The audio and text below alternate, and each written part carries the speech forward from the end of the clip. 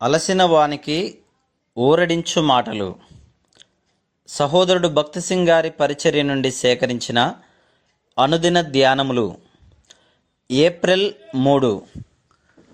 అన్నిటికంటే ముఖ్యముగా మనుషులందరి కొరకును విజ్ఞాపనములను, ప్రార్థనలను, యాచనలను చేయవలనని హెచ్చరించుచున్నాను.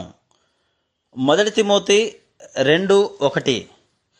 విశ్వాసులమైన మనము మన గొప్ప ప్రధాన యాజకుడైన యేసు ప్రభు యొక్క సహ విజ్ఞాపనకర్తలుగానైతిమి. యేసుక్రీస్తు ప్రభు యొక్క సహ విజ్ఞాపనకర్తలమై దేవుని సేవకుల కొరకు, ఆయన ప్రజల కొరకు విజ్ఞాపన చేయుటన్నది ఎంత గొప్ప ఆధిక్యతయో అనేక పర్యాయములు మనం గ్రహించలేని వారముగా ఉందము. మన విజ్ఞాపనలు మీద ఇతరులు ఎంత ఆధారపడారో కూడా మనం గ్రహించలేక ఉందము.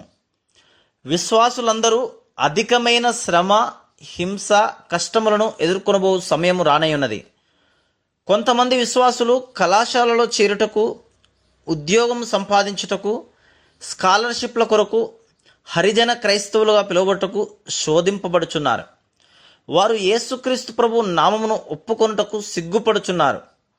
కొంతమంది బహిరంగంగా బైబిల్ తీసుకొని పోటకు, ప్రార్థించుటకు సిగ్గుపడుచున్నారు. అటువంటి వారు మన విజ్ఞాపనలు వలన విడిపించబడుదురు. జయ జీవితమును జీవించువారే అట్టి అపాయములోనున్న వారి కొరకు విజ్ఞాపన చేయు ఆధిక్యతను కలిగిందురు. దేవుని ఎదుట మనం విజ్ఞాపన చేయవలసినంతగా చేయుటలో తప్పిపోయిన ఎడల దేవుడు మరొక సాక్ష్యమును లేవనెత్తును. కానీ మనం ఇతరులతో బాధపడవలసి వచ్చును. భయంకరమైన శ్రమలను ఎదుర్కొనుచున్న వారందరి విషయంలో మనకు అత్యధికమైన బాధ్యత కలదు. దేవుని సేవకుల కొరకు, తోటి విశ్వాసుల కొరకు, ప్రపంచంలోని దేవుని ప్రజలందరి కొరకు మన విజ్ఞాపన, ప్రార్థనలు ఎంతో అవసరమైనవి. అపోస్తులుడైన పౌలు ఆయా సంఘములలోనున్న విశ్వాసులను తన నిమిత్తము విజ్ఞాపన చేయవలసిందిగా బ్రతిమాలెను.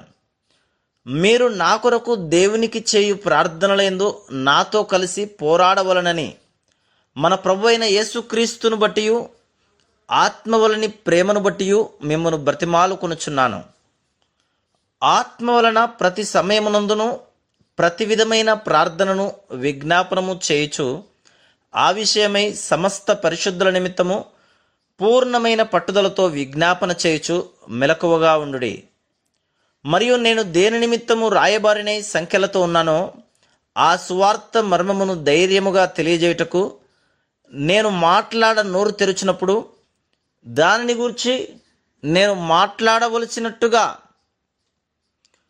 ధైర్యముతో మాట్లాడుటకై వాక్శక్తి నాకు అనుగ్రహింపబడినట్లు నా నిమిత్తమును పూర్ణమైన పట్టుదలతో విజ్ఞాపన చేయుచు మెలకువగా నుండుడి.